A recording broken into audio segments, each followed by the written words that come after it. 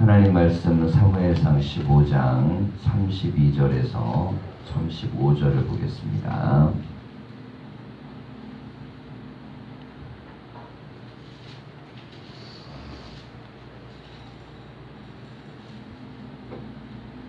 들어가겠습니다. 사무엘이 이르되 너희는 아말렉 사람의 왕 아각을 내게로 끌어오라 하였더니 아각이 즐거이 오며 이르되 진실로 사망의 괴로움이 지났도다 하니라. 사무엘이 이르되 내 칼이 여인들에게 자식이 없게 한 것 같이 여인 중 내 어미에게 자식이 없으리라 하고 그가 길갈에서 여호와 앞에서 아각을 찍어 쪼개니라. 이에 사무엘은 라마로 가고 사울 기브와 자기의 집으로 올라가니라. 사무엘이 죽는 날까지 사울을 다시 가서 보지 아니하였으니 이는 그가 사울을 위하여 슬퍼함이었고 여호와께서는 사울을 이스라엘 왕으로 삼으신 것을 후회하셨더라. 아멘. 인사하겠습니다. 말씀 안에 복된 하루가 되십시오. 예, 오늘 말씀은 사무엘이 아각을 죽이는 장면인데요. 사울이 하지 못했던 일, 그리고 이 아각을 살려두어서 자기의 업적을 사람들에게 알리려고 했던 그 아각을 죽이는 사건입니다. 32절을 보면 사무엘이 이르되 너희는 아말렉 사람의 왕 아각을 내게로 끌어오라 하였더니 아각이 즐거이 오며 이르되 진실로 사망의 괴로움이 지났도다 하니라 그랬습니다. 사울이 자기를 살렸기 때문에 자기를 데려오라 했어도 이 상황이 자기를 죽이려고 부르는 거라는 생각을 하지 않은 것이죠. 그래서 생명을 건졌다고 생각을 했는데 사무엘이 내 칼이 여인들에게 자식이 없게 한 것 같이 그러니까 아각도 많은 이 살생을 하고 그리고 죄를 저지른 것입니다. 이에 대해서 내 어미에게 자식이 없으리라 하고 그가 길갈에서 여호와 앞에서 아각을 찍어 쪼개니라 그랬습니다. 사실은 이제 전쟁의 포로 같은 존재거든요. 전쟁의 포로가 이렇게 됐을 때는 무장이 해제가 되면 보통 사람을 죽이지 않습니다. 자, 그런데 이건 여호와의 명령이었기 때문에 사무엘이 그 역할을 감당해요. 이걸 사울을 시킬 수도 있습니다. 그런데 사울은 그렇게 하겠다고도 했죠.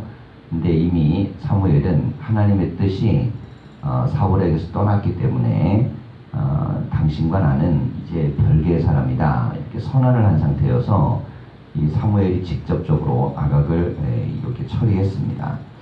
자, 그리고 34절 보면 이에 사무엘은 라마로 가고 사울은 사울 기브와 자기의 집으로 올라가니라 그랬습니다. 자, 이제 서로가 이제 헤어지게 되었죠. 사무엘이 죽는 날까지 사울을 다시 가서 보지 아니하였으니, 자, 이제 이 대목이 중요합니다. 사무엘은 사울에 대한 애정이 참 많았어요. 자기가 처음으로 기름 부어 세운 왕이고, 그리고 비록 하나님이 왕을 세우기를 원치는 않았지만 사무엘을 통해서 왕을 세우는 그 과정은 밝게 하셨습니다. 그렇기 때문에 사무엘 입장에서는 이 사울이 자기의 지도력을 이어서 훌륭한 왕이 되기를 원하는 그런 진정한 마음이 있었습니다. 그리고 하나님께서 이 사울에 대해서 많이 그의 잘못에 대해서 속상해하시고 할 때에도 사무엘은 사울을 위해 기도합니다. 통곡하며 기도하고 밤새 기도하고 그렇게 기도를 했죠. 그만큼 애정을 가지고 있었던 관계입니다. 자, 그런데 이는 그가 사울을 위하여 슬퍼함이었고 그랬어요. 그 왜 가지 않았느냐? 자, 사실은 이제 분노가 있을 수 있죠. 그런데 이 분노보다 훨씬 더 강한 게 뭐냐면 애정이 있었기 때문에 차마 이제 가서 볼 수가 없는 거예요. 자, 이게 사무엘과 사울과의 관계의 마지막 장면은 무엇이냐면 바로 이 슬퍼하는 관계입니다. 찾아가고 싶은 마음이 있어도 찾아갈 수 없고, 그리고 그에게 뭔가 해주려고 해도 해줄 수 없고, 차라리 찾아가지 않고 그냥 슬퍼하는 게 낫겠다고 생각하고 헤어져 있는 장면이죠. 자, 이 대목을 보면 아무리 인간적인 정이 끌려도 하나님의 뜻이 벗어나 버리면 소용이 없다는 것입니다. 인정이라는 게요, 대단한 것입니다. 인정은요, 하나님의 정하고 보면 훨씬 더 인정이요. 하나님 정보다 깊을 수 있습니다. 하나님은 오히려 단호하십니다. 근데 인정을 보면요. 인정은 죄 앞에서도 굉장히 무딥니다. 자, 그래서 인정이 위험한 이유는 무엇이냐면 인정이 세상을 망칠 수 있는 것이에요. 자, 인정이 세상을 망칠 수 있다는 게 뭡니까? 인간의 정이라는 건요. 내가 누군가에게 정을 주면 그가 타락하면 나도 같이 타락합니다. 그가 범죄하면 나도 같이 범죄하고 그가 무너지면 나도 같이 무너져요. 인정은 무섭습니다. 그래서 사람의 정이라는 것이 옳은 방향으로 가지 않고 그른 방향으로 갔을 때 이걸 제대로 끊어내지 못하거나 혹은 바로잡지 못하게 되면 더불어 함께 망합니다. 자, 우리가 시편 1편을 보면요. 악인의 꾀, 죄인의 길, 이 모든 게 뭡니까? 인정에 이끌려서 가는 거예요. 근데 결국에는 이게 망하는 길로 갑니다. 사람이 사람을 어울려 살고 살아가다 보면 정이라는 게 생기고 이 정이라는 건요. 상대방을 이해하는 마음으로 이렇게 변하는데요. 그 사람 입장에서 이해하는 면으로 바뀌죠. 근데 모두 이해하게 되면 악도 이해하고 죄도 이해하고 잘못된 길도 이해할 수 있습니다. 자, 그러다가 이제 물들어 버리는 거예요. 같은 동류의 사람들이 돼버립니다. 그리고 나서 타락하고 벗어나질 못해요. 자, 이게 이제 인정이 가장 무서운 영역입니다. 사람의 정이라는 건 하나님의 이 마음을 닮은 것이기 때문에 사람을 사랑하는 마음으로도 갈 수 있지만 오히려 그렇지 못하고 무너질 수도 있습니다. 자, 그래서 사무엘이요. 지금 단호한 거예요. 마음으로는 사울을 찾아가고도 싶고 만나고도 싶지만은 그렇게 하지 않는 것입니다. 왜? 그러면 사울이 오해를 할 수 있어요. 아, 가능성이 있나 보다. 기회가 있나 보다. 다시 좋아질 수 있나 보다. 근데 하나님은 끝났잖아요. 그러니까 사무엘은 지금 인정에 얽매이지 않습니다. 자, 이 단호함이라는 게 어디에서 나오는 것이냐면 하나님이 정하시면 그것대로 따르겠다라는 이 사무엘의 평생에 살아왔던 자세에서 나온 것입니다. 자, 이렇게 슬퍼하였고 여호와께서는 사울을 이스라엘 왕으로 삼으신 것을 후회하셨더라 그랬습니다. 자, 이 후회, 하나님의 후회는요, 성경이 여러 번 나옵니다. 이것이 이제 인간을 만들어서 인간이 타락했을 때 후회하시고요. 그 노아의 방주 사건 이후에도 하나님이 그들을 지으셨음을 또 후회하시고, 자, 그리고 또 그들을 물로 또 이렇게 멸망시킨 것도 또 마음 아파하시고 또 후회하시고, 이런 이 대목이 나와요. 자, 그럼 우리가 이제 후회란 인간이 근본적으로 언제 하냐면 뭔가 잘못된 행위를 했을 때 그때 후회를 합니다. 자, 그런데 하나님의 이 후회의 핵심은 잘못된 행위라기보다 잘못된 결과에 대한 아픔입니다. 자, 그런데 이 단어를 후회라는 단어로 이제 번역을 하는 거예요. 잘못된 결과에 대한 아픔이에요. 그 사람에게 기회를 준 거죠. 기회를 줬는데 그 사람이 그걸 해내지 못한 겁니다. 그런데 그것을 자기 책임으로 돌리는 거예요. 이게 부모들이요, 자식이 잘못되면 어떡합니까? 자식이 선택하고 자식이 잘못돼도 부모가 그거에 대해서 자기 책임으로 돌립니다. 그런데 엄밀하게 이야기하면 자기 책임이 아니에요. 그건 자신, 선택한 자식이 문제일 수 있습니다. 그래도 부모는 어떤 마음이 있냐면, 아유, 내가 그때 잘 가르칠 걸, 내가 그렇게 잘 지도할 걸, 내가 그때 잘 인도할 걸, 이런 생각을 합니다. 근데 그랬다 그래서 됐을까요? 네, 되지 않습니다. 그것은 사람의 역사에 만약이 존재했다면 인류 역사에 비뚤어진 죄는 존재하지 않아요. 여러분, 사람의 역사에 만약이 존재했다면 아담과 하와가 범죄했겠습니까? 아담과 하와가 존재하지 않았다면 이거는 의미 없는 가정이에요. 사실은 우리에게 정말 중요한 건 무엇이냐면 아담과 하와가 범죄했는데 그 속에서 나는 어떻게 살 것인가? 자, 이게 이제 성경의 질문입니다. 성경은 과거에 대한 것들을 갖다가 만약으로 돌리지 않아요. 그냥 인정해버리고 그거에 대한 길을 찾습니다. 그래서 바울은 그러잖아요. 첫사람 아담이 범죄했지만은 둘째 아담인 예수 그리스도가 우리를 위하여 죽으심으로 생명을 건졌다는 이 고백은 뭔가 잘못돼도 푸는 과정은 하나님이 가지고 계십니다. 자, 근데 여기에서 이제 후회를 보면요, 다 내 잘못 같아요. 그런 마음은 좋은 마음입니다. 왜냐하면 하나님도 자기 책임인 것 같은 마음을 가지시는 거예요. 그런데 이 마음은 마음일 뿐이지 그것이 하나님 책임이라는 것을 뜻하는 건 아닙니다. 자, 이게 이제 되게 중요한 대목이에요. 자, 하나님은 사울이 잘 되기를 원하셨습니다. 자, 그럼 우리 이렇게 이제 굉장히 본질적인 질문을 할 수 있어요. 잘못될 걸 아셨는데 왜 왕으로 세웠을까? 자, 이 질문이 나올 수 있죠. 자, 그럼 이 질문은 어디에 근거한 거냐면 나름대로 논리에 근거합니다. 전능한 하나님이 인간의 타락을 몰랐을까? 알았을 것이다. 그럼 왜 만들었을까? 이런 질문이에요. 자, 근데 성경은요, 이런 식의 질문에서 출발하는 게 아니고 사건과 삶이 벌어졌을 때 그거에 대한 답으로 출발합니다. 자, 그래서 우리가 이 원리를 좀 아셔야 돼요. 하나님은 사울을 선택하셨습니다. 이스라엘이 원하는 대로 전쟁을 치를 왕으로 세우셨어요. 자, 그 사울이 하나님 뜻대로 잘 나갔을 때는 하나님이 기뻐하셨습니다. 그런데 그가 하나님의 뜻을 벗어나셨을 때는 하나님이 책망하셨고 마침내 도저히 용납할 수 없는 선에 갔을 때는 그 사람을 버렸어요. 자, 이 대목을 보면 하나님은 어떻게 대응하시냐면 자, 순간순간 인간의 행동의 결정권은 인간 스스로에게 주어져 있습니다. 자, 그러면 이런 거예요.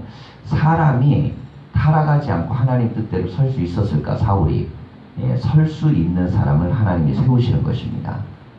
그래서 하나님의 심판이 의로운 이유는 뭐냐면 인간은요 스스로가 하나님을 믿을 수 있고 하나님의 뜻대로 살 수 있을 만한 그 능력을 본인 안에 가지고 있습니다. 이래서 심판이 가능한 거예요. 만약에 하나님이 그 능력이 우리 가운데 없음에도 불구하고 너는 범죄했으니까 예수 안 믿었으니까 죽어야 돼, 멸망해야 돼, 이렇게 이야기하면 하나님이 불의해집니다. 근데 인간 안에는 바울도 얘기한 것처럼 하나님을 알만한 것이 이미 우리 인간 안에 있어요. 그런데 그걸 선택하지 않는 것입니다. 자, 그럼 우리는 전도란 게 무엇이냐면 하나님을 알만한 가능성을 향하여 우리는 그것을 던져주는 것이에요. 그러니까 전도도 우리의 책임이고 전도를 받고 그들이 복음을 영접하는 것은 본인의 책임입니다. 그래서 마지막 날에는 하나님께서 심판하실 그날에 아니 하나님께서 나에게 더 크게 나에게 믿을 수 있는 환경을 주셨다면 내가 믿지 않았습니까? 라고 어느 누구도 변명할 수 없습니다. 그 이유는 그가 어떤 환경 속에서도 받아들여야 하지 않았기 때문에 그래서 거부하는 것이지 하나님이 그에게 믿음의 환경을 주지 않았기 때문이 아니에요. 그래서 바울은 뭐라 그러냐면 알지 못하던 시절에는 이게 책망할 게 없다 이겁니다. 그러나 이제는 복음이 드러나고 알려지는 시대가 되었기 때문에 이걸 가지고 복음을 증거했을 어느 누구도 여기에 대해서 변명할 수 없다는 거예요. 말하자면 그리스도의 복음을 듣고 그리고 이 복음을 들을 수 있는 환경 속에서는 내가 복음을 들을 수 없지 않았습니까? 라는 식으로 변명할 수 없다는 것이죠. 이때는 반드시 믿어야 됨을 바울이 역설하는 것입니다. 자, 오늘 이제 믿음의 말씀 가운데 하나님의 후회, 이 하나님의 후회는 인간 스스로가 분명히 하나님의 뜻을 순종할 수 있었음에도 불구하고 거부하는 것에 대한 하나님의 아픔입니다. 그런데 그 책임을 누구에게 돌리냐면 자기 자신에게 돌리시는 거예요. 자, 우리도 마찬가지입니다. 우리가 신앙생활 할 때요, 하나님이 우리를 보실 때는 기뻐하고 즐거워하실 때도 있지만은 어느 때는 후회하실 때도 있습니다. 자, 그런데 이 후회란 하나님의 잘못이 아니고 마음 아파하는 그런 아버지의 마음이고 그리고 마음 아파하는 그 하나님의 깊은 마음이에요. 자, 근데 여기엔 또 무엇이 담겨져 있냐면 이제는 촛대를 옮기겠다는 하나님의 뜻이 담겨 있습니다. 자, 후회의 뜻은 뭐겠어요? 이제 버리겠다는 뜻입니다. 내려놓겠다는 뜻이에요. 자, 그러면 사울에 대한 사랑 자체를 버린 것일까요? 아닙니다. 하나님은 사울을 왕으로 세우신 것을 후회하시는 거예요. 자, 차라리 왕으로 세우지 말걸 그런 마음이 드는 겁니다. 그러면서 왕 위를 이제 다윗에게 옮기게 되는 거예요. 자, 우리가 믿음과 신앙생활을 할 때요, 이 원리는 동일합니다. 하나님의 사랑은 끊어지지 않습니다. 예수 그리스도를 통한 하나님의 사랑은 우리에게 끊어지지 않아요. 하지만 하나님이 우리에게 말씀을 통한 순종에 대한 축복은 얼마든지 끊어질 수 있습니다. 성경의 말씀 속에 이 원리를 좀 잘 이해하셔야 됩니다. 자, 하나님의 말씀, 우리에게 주신 은혜란 단어 폭이 엄청나게 넓죠. 가장 중요한 건 대속의 은혜, 이건 끊어지지 않습니다. 이건 십자가 위에서 확증된 것이에요. 그러니까 십자가 위에서 나를 위해 죽으신 그 사랑은 이미 확정된 것이고, 말하자면 계약서에 도장 딱 끊고 유효기간, 영생 이렇게 다 된 겁니다. 그러니까 구원에 대한 문제와 구원의 은혜는 우리의 태도와 상관 있는 것이 아닙니다. 예수 그리스도를 영접하는 순간 믿음으로 하나님의 백성이 되는 것은 그건 끊어지지 않습니다. 하나님의 사랑이 끊어지지 않아요. 내가 배교하여 그리스도를 완전히 떠나지 않는 한, 그러지 않는 한 끊어지지 않습니다. 자, 그럼 이제 배교하여 그리스도를 완전히 떠나면 영생의 문을 스스로 닫은 거기 때문에 이건 어떻게 할 방법이 없죠. 하지만 그의 믿음이 예수 그리스도의 영접 이후에 크든 작든, 말하자면 학교는 들어가는데 자퇴는 안 하는 거예요. 그러면 빵점을 맞든 꼴찌를 하든 그에 대한 구원에 대한 문제는 그대로 갑니다. 자, 그런데 하나님이 우리에게 베풀어 주신 은혜의 영역이 단순히 죽음에서 건져낸 영생만 있는 것은 아니고, 말씀에 순종했을 때 우리에게 주시는 축복과 은혜들이 있습니다. 자, 이것은 얼마든지 바뀔 수 있습니다. 하나님께서 어떤 믿음의 사람을 세웠을 때 그를 직분을 세워서 은혜를 주시고, 또 그에게 사명을 세워서 은혜를 주시고, 그리고 어떤 사역을 맡겨서 은혜를 주시고, 자, 맡김 자체가 은혜입니다. 맡김. 자, 이 대목을 잘 보셔야 돼요. 하나님이 사울을 세우신 것 자체가 사울에게 복이에요. 자, 그런데 세우신 걸 후회했다는 것. 자, 그렇다고 해서 막바로 사울이 왕의 자리에서 물러납니까? 그렇지 않습니다. 쫓겨납니까? 그렇게도 안 됩니다. 사울은 전쟁터에서 죽을 때까지 왕이었어요. 하나님이 후회하셨지만 그렇다고 해갖고 왕의 자리에서 밀리지 않습니다. 자, 이것이 중요합니다. 하나님이 저를 목사로 세우고 우리 여러분들을 전부 다 직분자로 세웠습니다. 근데 하나님께서 야, 내가 너를 그 직분으로 세운 걸 후회해. 그런다고 해서 우리 직분이 없어지지 않습니다. 죽을 때까지, 은퇴할 때까지 그거 갑니다. 근데 중요한 건 뭐냐면 하나님이 후회하시면 의미 없어집니다. 사울을 보세요. 이후에도 전쟁을 치르고요. 이후에도 자기 역할을 하고 왕의 자리에 권력을 가지고 살아갑니다. 그러나 하나님이 후회했어도 왕은 왕이에요. 죽을 때까지 왕이었습니다. 그런데 중요한 건 하나님이 그에게서 영광을 가져가신 거예요. 그러다 보니까 어떻게 됩니까? 악신이 역사하기 시작합니다. 그리고 나서 하나님의 신을 강하게 가지고 있는 다윗이 악기를 연주할 때 그때 비로소 마음이 편안해지고 좋아지고 그래요. 자, 예전에 사울은요, 성령이 직접 역사해서 막 예언하던 사람입니다. 근데 변하죠. 왜냐하면 하나님이 후회하시면 이렇게 됩니다. 자, 우리가 믿음으로 하나님 앞에 설 때마다 두려움이 있어야 되는 이유는 우리가 하나님이 나에게 맡겨준 직분이나 사명에 대한 떨림과 두려움이 있어야 돼요. 어느 순간 하나님을 배제하고 그 명칭이 내 것이 되는 순간 그때 망하는 겁니다. 사울이 왜 망했느냐? 여호와께서 기름 부어 세운 자라는 이 개념을 잃어버렸어요.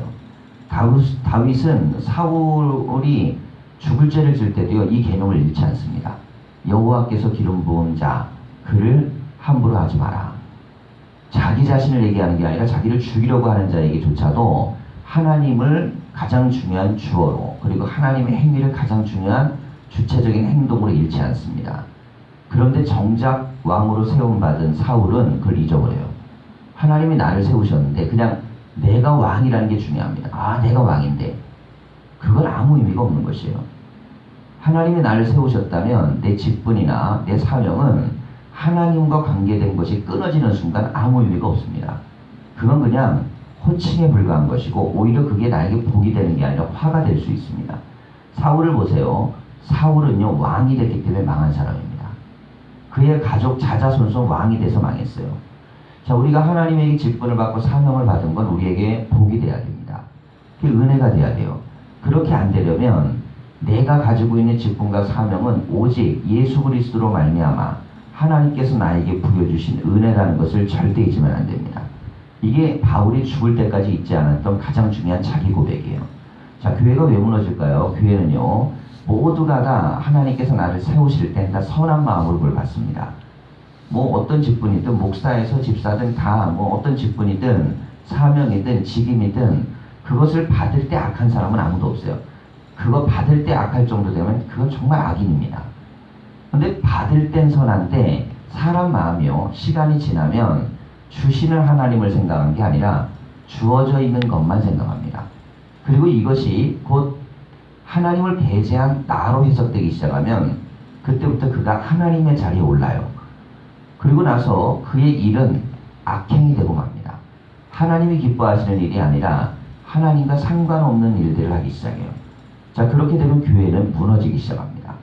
자, 그러니까 교회가 존귀하고 영광스러운 교회가 되려면 직분에 맞게, 호칭에 맞게, 그리고 나에게 불려진 명칭에 맞게, 이게 여호와께서 나에게 부르신 은혜라는 그 고백을 붙들고 살아야 되는데, 다윗은요 평생 그것을 붙들고 삽니다. 왜냐하면 전임자였던 사울을 봤기 때문에, 아, 저렇게 하면 저렇게 망하는 거구나, 저런 식으로 무너지는구나, 저렇게 집안이 깨지는 거구나, 이건요 다윗은 뼈저리게 느낍니다. 그래서 적어도 다윗은 무엇에서 실수하지 않냐면, 하나님에 대하여 하나님의 기름 부음 받은 자기 자신에 대한 하나님 존재에 대한 부분에서 무너지지 않습니다. 그도 인간이기 때문에 인간적인 면에서는 그가 무너지고 쓰러졌지만은 하나님이 나에게 부여하신 그 신앙과 믿음의 자리, 그 자리에 무너지지 않고 부단히 노력하고, 그리고 비록 인간적인 게 무너져서 하나님이 그것에 대한 책망을 하실 때에도 그런 철저한 회개로 하나님 앞에 다시금 돌아옵니다. 자, 그런데 차이가 있어요. 다윗과 사울의 차이가 뭐냐? 사울은 이 아말렉과의 전투 이후에 하나님 앞에 회개한다 그랬지만 진정한 회개가 아니죠. 그건 뭔가 잘못했습니다. 그러지만 백성이 두려워서 그랬습니다. 또 거짓말을 했어요. 여러분, 우리가 하나님 앞에요, 이 영적인 지도자들 혹은 교회에서 중요한 직분을 맡고 있는 분들은 하나님 앞에 드러났을 땐 거짓을 말하면 안 됩니다.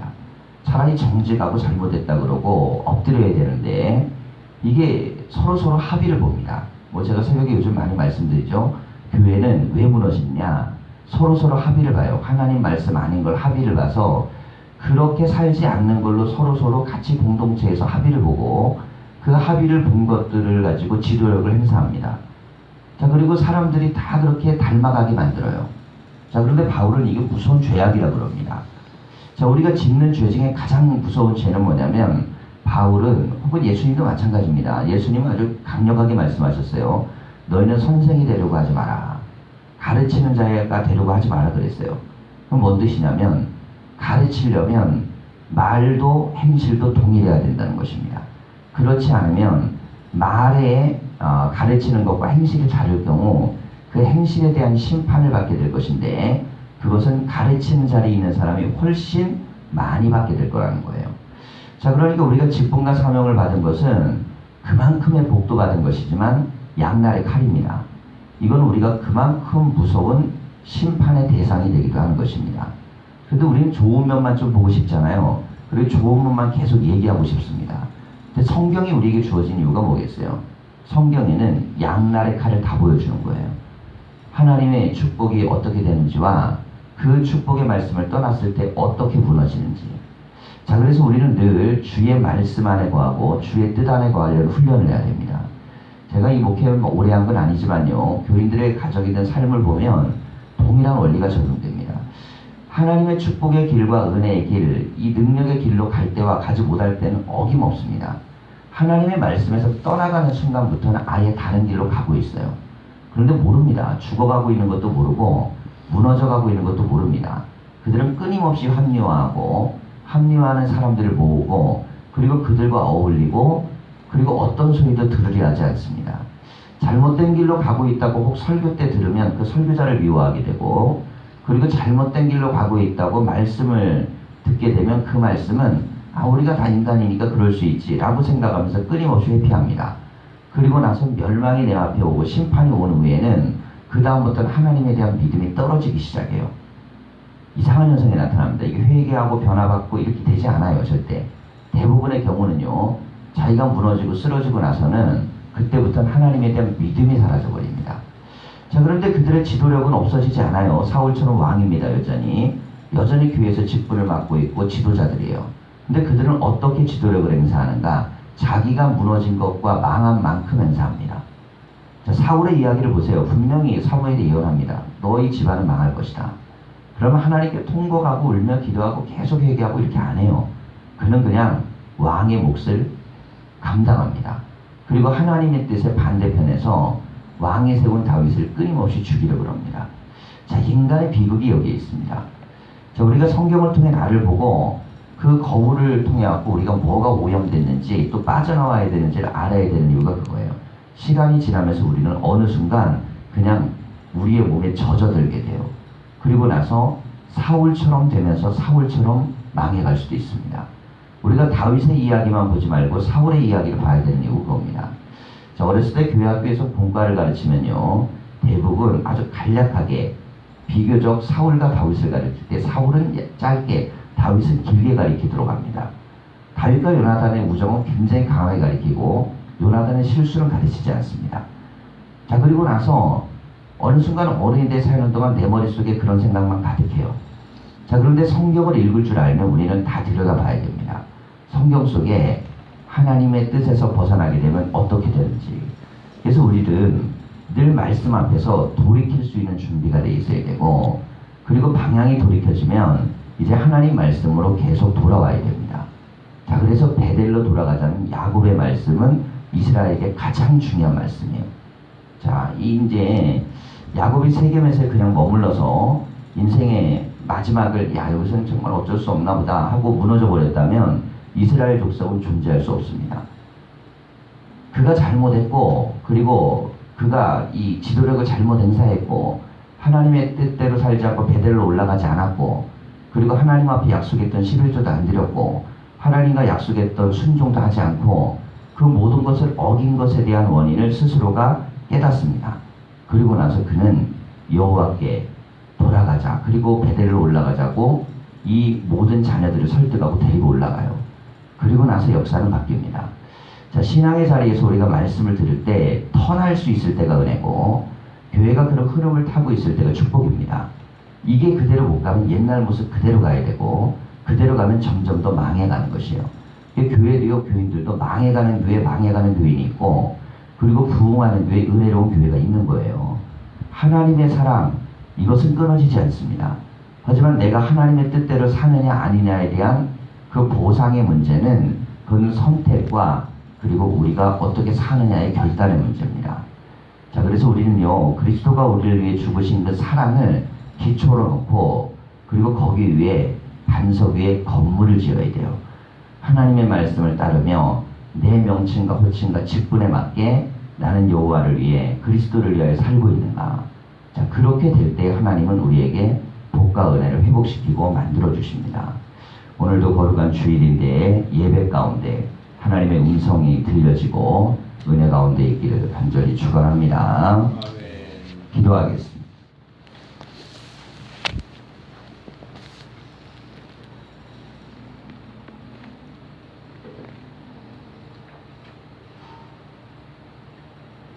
살아계신 하나님, 거룩한 주일 우리가 하나님 말씀을 붙들고 주님 앞에 나아갑니다. 우리는 어리석고 하나님 부족하며 우린 죄의 유혹에 약하며 하나님 악에게 빠지기 쉬우며 무너지기 쉽습니다. 그래서 우리가 하나님 말씀으로 가지 못하고 끊임없이 타협하고 넘어질 때가 있습니다. 주님, 우리의 영혼을 살리시고 구원하셔서 하나님의 말씀과 뜻 가운데 살아갈 수 있도록 우리가 사울을 보며 반면교사로 삼게 하여 주시고, 하나님 우리 스스로를 깨달아 알 수 있도록 인도하여 주시고, 우리가 항상 우리에게 붙여진 이 직분과 사명에 걸맞는 인생을 살아갈 수 있도록 우리를 새 힘을 주시고 은혜를 더하여 주시옵소서. 우리는 수도 없이 넘어질 수 있으며 우리는 수도 없이 무너질 수 있습니다. 하지만 여호와를 향한, 여호와의 말씀을 향한, 은혜를 향한, 제단을 향한 믿음이 무너지지 않게 하여 주시고, 오직 주의 뜻들을 깨달아 알 수 있도록 우리를 이끌어 주시고 인도하여 주시옵소서. 아멘. 오늘도 거룩한 주일 예배드릴 때 하나님의 영을 우리 가운데 가득하게 하여 주시고, 아멘. 주님의 은혜로 우리를 붙드셔서 성령의 능력 가운데 일어나는 귀하고 복된 예배가 되게 하여 주시옵소서. 아멘. 귀한 물질을 드리며 기도하는 제목도 응답이 있기를 원하오며 예수님의 이름으로 기도하였습니다. 아멘. 아멘. 하늘에 계신